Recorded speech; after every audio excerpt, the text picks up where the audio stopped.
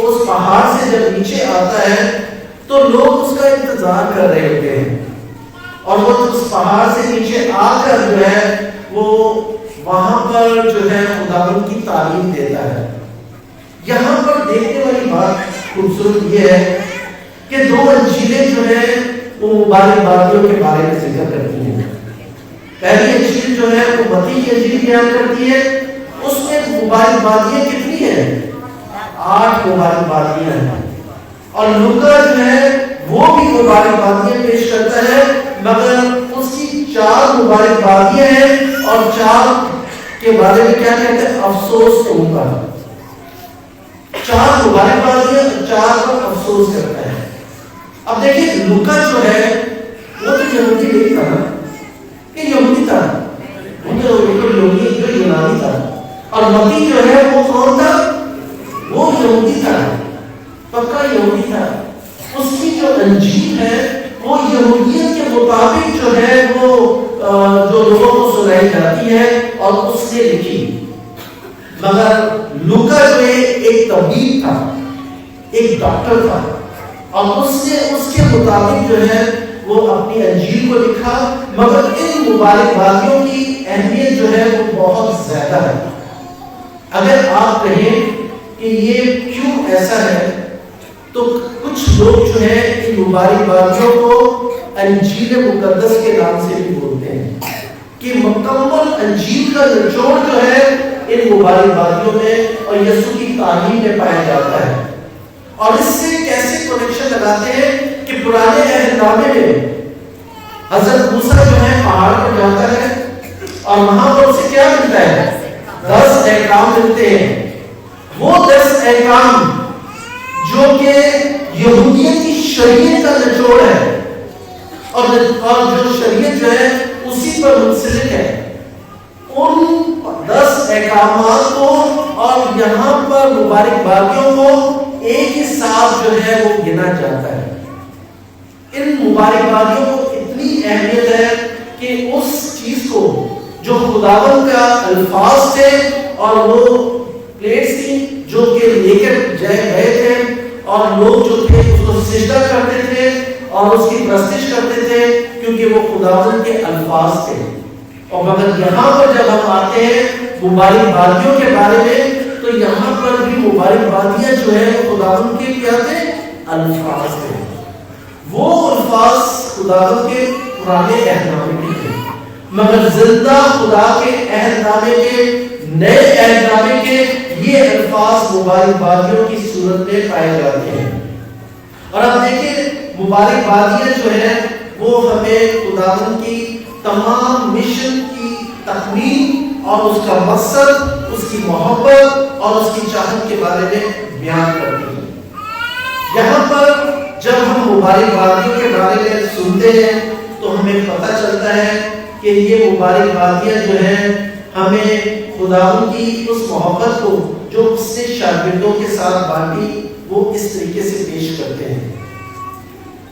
متی کی انجیل اور لوکا کی انجیل تھوڑا سا مختلف ہے، سینوپٹکس گاسپلز کہتے ہیں، یعنی کہ ان کا جو بیک گراؤنڈ ہے وہ تقریباً ایک ہے، مگر جب ہم یہاں دیکھتے ہیں کہ کس طریقے سے لوکا جو ہے ان مبارک بادیوں کو پیش کرتا ہے اور متی ایک جو ہے اسے کیا کہتا ہے؟ پہاڑی باز۔ تو پہاڑی باز تو پہاڑ کا ہوگا نا، تو اس لیے اسے کہا جاتا ہے پہاڑی باز۔ اور دوسرا جو ہے جو انجیل نویس ہے اسے وہ کہتے ہیں میدانی باز، یعنی کہ وہ میدان میں کیا گیا۔ جب خداوند یسوع مسیح پہاڑ سے نیچے اترتے ہیں تو کہا جاتا ہے کہ ایک انجیل نویس کہتا ہے کہ یہ پہاڑی باز تھا، کہ خداوند نے اوپر اونچے ٹیلے پہ بیٹھ کر یہ پیغام دیا، اور دوسرا انجیل نویس کہتا ہے کہ یہ میدانی باز، کہ میدانی پیغام جو ہے وہ خداوند نے پیش کیا اور لوگوں نے سنا۔ اور اس میں بڑی خوبصورت والی باتیں جو ہے جو اس میدانی باز میں جو پائی جاتی ہیں وہ یہی ہے کہ دنیا کی جو خوشی ہے وہ تمام جو مبارک باتیں اس پہ ایک ہی ہے کہ اصل خوشی جو ہے وہ ہمیشہ کی خوشی ہے، اب کی خوشی ہے جو خداوند ہمیں دیتا ہے, جو ہمیں خداوند برکت دیتا ہے. اور اس میں بڑے اچھے طریقے سے یہاں پر بیان کیا گیا ہے. تب اس نے اپنے شاگردوں پر نظر کر کے مبارک ہو تم جو غریب ہو, کیونکہ خداوند خدا کی بادشاہی تمہاری ہے. مبارک ہو تم جو اب بھوکے ہو, کیونکہ سیر کیے جاؤ گے. یہاں تو بھوکے پن کی اور غربت کی باتیں کر رہے ہیں. کیا آپ کو غربت پسند ہے؟ غریبی کسی کو پسند نہیں ہے. آپ کو بھی نہیں پسند ہے غریبی, مجھے بھی پسند. میں کیوں غریب ہوں؟ میں کیوں جو ہے بھوکا اپنی زندگی گزاروں؟ اگر میرا پیٹ بھرا ہوگا تو میری سوچ بھی آگے بڑھے گی. اگر میرا پیٹ خالی ہوگا تو میں کیا سوچوں گا؟ میں تو پیٹ کے بارے میں سوچوں گا. مگر یہاں پر خدا جو ہے بتانا کچھ اور چاہتا ہے. یہ جو بھوک ہے وہ چیزوں کی بھوک نہیں ہے, وہ اشیاء کی بھوک نہیں ہے, مگر یہ وہ بھوک ہے جو ہمیں خداوند سے منسلک کرتی ہے. دنیاوی چیزیں جو ہیں وہ ہمارے لیے اہمیت نہیں, بلکہ آسمانی چیزیں جو ہیں وہ زیادہ اہمیت رکھتی ہیں. ہم ضرور بہت ساری چیزیں کماتے ہیں, استعمال کرتے ہیں, اور وہ پھر کیا ہوتا ہے؟ ختم ہو جاتی ہیں, سب چیزیں چلی جاتی ہیں. مگر جو اصل چیز رہتی ہے وہ وہی رہتی ہے جو خداوند کی محبت جو ہم نے ایک دوسرے سے بانٹی ہے, وہی ہمارے ساتھ قدم میں جاتی ہے اور ہمیشہ کی زندگی لاتی ہے. اس لیے کون سی چیز زیادہ اہمیت ہونی چاہیے؟ وہ چیز جس کا جو ہے وہ انشورنس یا کیا ہو اور وہ ختم ہو جائے, یا وہ چیز جو ہمیشہ کی زندگی کی طرف ہمیں لے جاتی ہے؟ وہی نا. اس لیے عزیزوں, ہم جو ہے جو اپنی جان لڑاتے ہیں, ہم اپنے آپ کو اتنی محنت دن رات کرتے ہیں, ہمیں کوشش ہماری ہوتی ہے کہ ہم جو ہے ایسی چیزیں کما سکیں, ایسی چیزیں لا سکیں جو لیٹسٹ چیزیں ہوں, بڑی سے بڑی چیز ہو. مگر یہ تمام چیزیں لینے کے باوجود بھی ہم کبھی بھی خوش نہیں ہوتے, اور آخرکار جب انسان مرتا ہے تو وہ خالی ہاتھ ہی مارا جاتا ہے. مگر جو چیز ان کے پاس ہے وہ ہے جو ہمیشہ کی زندگی اور تمام بھوک اور تمام افلاس کو دور کرتی ہے. جیسا کہ آپ سب جانتے ہیں کہ میں حیدرآباد ڈائسس سے ہوں, اور میری پیدائش کے حیدرآباد میں ہے. حیدرآباد ڈائسس کا تو میں ہوں, مگر حیدرآباد میں ہی پیدا ہوا, اور اس لیے میں حیدرآباد کے تمام ریگستانوں کو, تمام لوگوں کو جو ہمارے ڈائسس میں پائے جاتے ہیں, تمام ٹرائبس کو میں اچھے طریقے سے جانتا ہوں. ان کی زبانیں بھی جانتا ہوں اور انہیں بھی جانتا ہوں. بہت بڑی تعداد میں آج کچھی کولی, پاکڑی کولی, بھیل, مارواڑی اور بہت سارے ٹرائبس ہیں جو کہ حیدرآباد ڈائسس میں پائے جاتے ہیں. اور وہاں پر یہ بہت بڑی تعداد جو ٹرائبس ہیں وہ کرسچنس کی ہو گئے. بیک گراؤنڈ ان کا ہندو ہے, مگر وہ کرسچنس ہو گئے.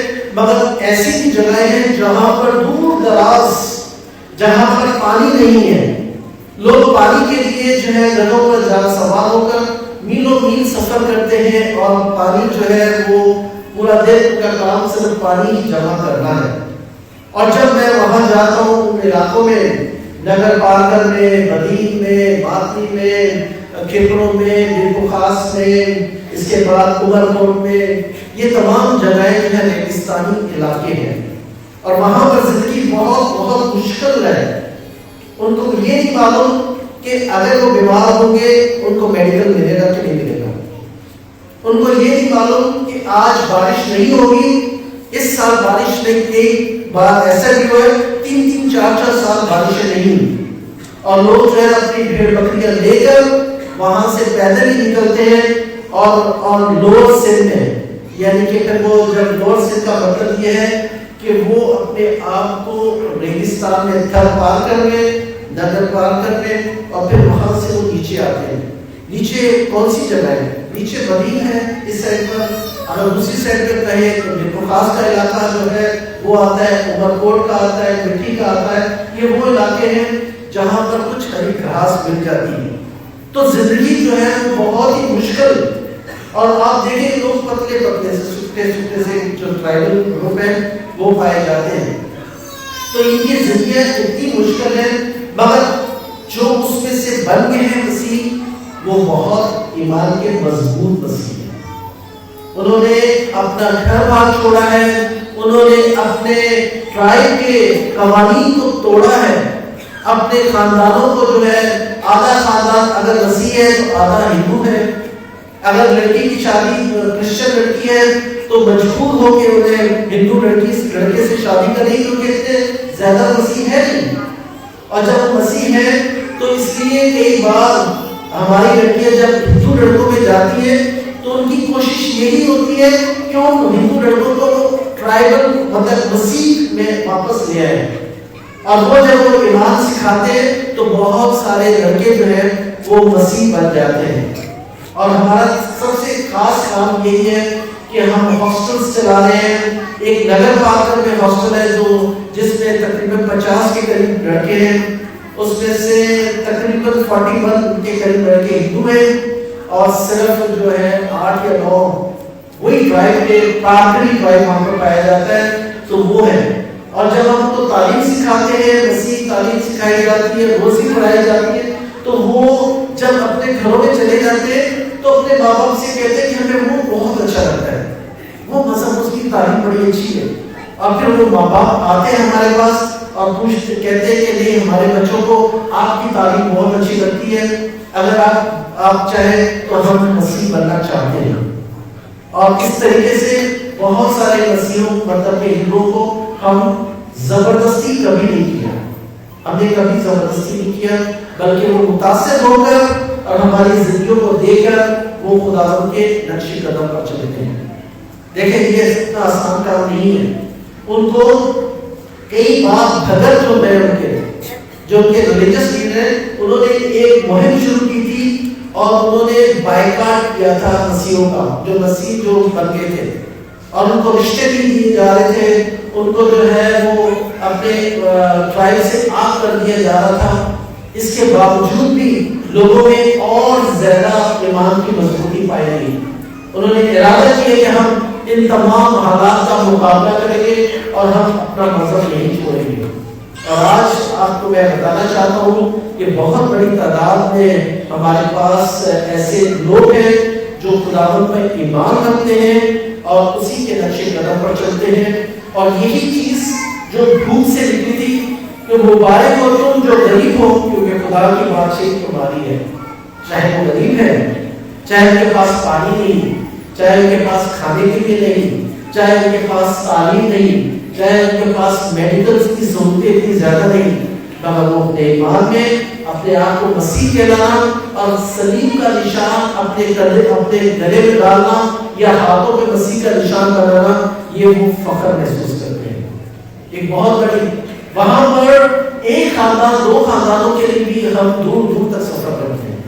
آپ کتنے سارے دیکھ کے تو میں بہت خوش ہوں, مگر وہاں پر ہمارے پاس اگر 10 خاندان بھی عبادت کے لیے آ جائے تو ہمیں خوشی ہوتی ہے کہ 10 خاندان آئے ہیں.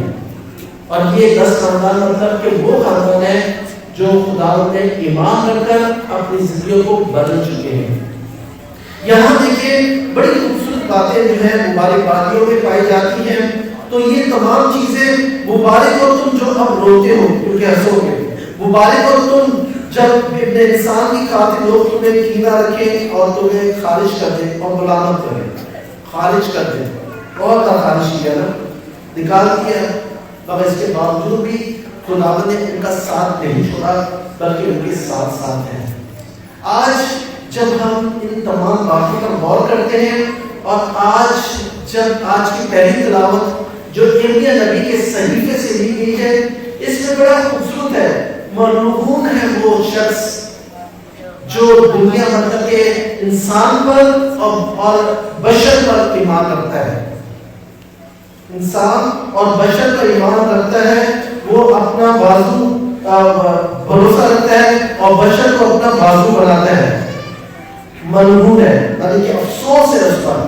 اور مبارک ہے وہ شخص جو خداوند پر بھروسہ رکھتا ہے اور خداوند جس کی جائے توکل ہے وہ اسے درخت کی مانند ہوگا جو پانی کے کنارے لگایا گیا ہے۔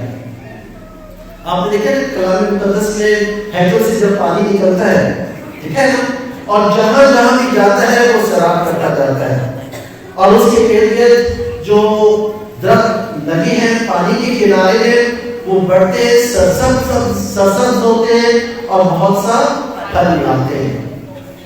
عزیزو آپ دیکھیں کہ خداوند آپ کو کس قسم کا پھل اور کس قسم کا درخت اور کہاں خداوند نے آپ کو بویا ہے۔ آج پولس رسول تو ہمیں بالکل صاف صاف بتاتا ہے کہ اگر ہم اس پر ایمان نہ رکھیں کہ خداوند ہم مر گیا اور جی اٹھا اور تیسرے دن جی اٹھا، اگر ہم اس کو رد کرتے ہیں تو ہمارا ایمان جو ہے وہ بے فائدہ ہے۔ ہمارا ایمان ہی اس میں ہے کہ خداوند یسوع مسیح نے ہمارے خاطر جان قربان کی، اس نے اپنی قربانی ہماری خاطر دی اور تیسرے دن مردوں میں سے زندہ ہو گیا۔ یہی خداوند ہے، یہی محبت کرنے والا باپ ہے۔ اور آج عزیزو ہمیں جب مصیبتیں آتی ہیں تو ہمیں اپنے آپ کو خداوند کے سپرد کرنا چاہیے۔ دیکھیں کرونا ایسی چیزیں تو بیماری ہیں جو سب پر آ رہی ہیں، دنیا پہ آ رہی ہیں، کوئی ہم خاص نہیں ہے کہ ہم پر خدا نے بھیج دیے، مگر جو چیزیں ہم پر ہیں، جب ہمیں اذیتیں دی جاتی ہیں، مذہب کے نام پر داخلے نہیں ملتے ہمارے بچوں کو، مذہب کے نام پر ہمیں نوکریوں سے بے دخل کیا جاتا ہے، مذہب کے نام پر ہمیں ناانصافی کے نام پر ہمیں بہت کچھ سہنا پڑتا ہے۔ اگر ہم اس وقت بھی وفادار رہتے ہیں خداوند کے تو وہ خداوند اس کے بدلے میں نہ صرف ہمیں 30 گنا بلکہ 60 گنا اور 100 گنا پھل دیتا ہے، کیونکہ وہ زندہ خداوند ہے۔ وہ ہمارے مانگنے سے پہلے جانتا ہے کہ ہمیں کن کن چیزوں کی ضرورت ہے۔ آج مسیح ہونا کوئی آسان کام نہیں ہے۔ آج مسیح ہونا اور خاص طور پر ہمارے اس ملک میں مسیح ہونا کوئی چھوٹی بات نہیں۔ آپ کے وسیلے سے گواہیاں خداوند کی پہنچتی ہیں، آپ کے وسیلے سے خدا جو ہے اپنے لوگوں میں کام کر رہا ہے، اور خداوند جو ہے وہ ہم سب کو اپنے پاس بلاتا ہے تاکہ ہم جو ہے اپنی زندگیوں سے دوسروں کو متاثر کر سکیں اور دوسروں کو خداوند کی انجیل جو ہے وہ سنا سکیں۔ ہم انجیل جو ہے وہ کھول کی کتاب نہیں سنا سکتے، بلکہ ہماری زندگی، ہمارا جسم، ہماری روح جو ہے وہ انجیل بن جاتی ہے۔ اور جب ہم اپنے کاموں سے، اپنے کردار سے، اپنے چال چلن سے اور اپنی زندگی سے خداوند کے سامنے آتے ہیں اور لوگ اس سے متاثر ہو کر کہتے ہیں کہ ہم مسیح بننا چاہتے ہیں، آپ حیران ہوں گے کہ بہت بڑی تعداد میں لوگ ہم سے متاثر ہیں، مگر وہ نہیں کر سکتے۔ بہت بڑی تعداد میں لوگ جو ہے اپنے آپ کو مسیح بنانا چاہتے ہیں، مگر وہ اظہار نہیں کر سکتے کیونکہ حالات جو ہے وہ ان کو اجازت نہیں دیتے۔ مگر اندرونی طور پر بہت بڑی تعداد میں خداوند کے متلاشی جو ہے وہ وہاں پر ٹرم استعمال کرتے ہیں کہ جب کوئی خداوند میں آنا چاہتا ہے وہ متلاشی ہو جاتا ہے، تلاش کرنے والا۔ تو وہ جب متلاشی ہو جاتا ہے تو خداوند ان کو برکت اور فضل سے معمول کرتا ہے۔ اور میری دعا ہے کہ خداوند آپ کو بھی ہمیشہ جو ہے وہ خوشی کے لیے اور اپنی خوشی کے لیے آپ کو تیار کر سکے۔ اپنی خوشی جو ہے وہ چیزوں سے نہیں آتی، اپنی خوشی جو ہے وہ پیسے اور دولت سے نہیں آتی، اور اپنی خوشی جو ہے وہ ہمیشہ خداوند کی محبت سے آتی ہے۔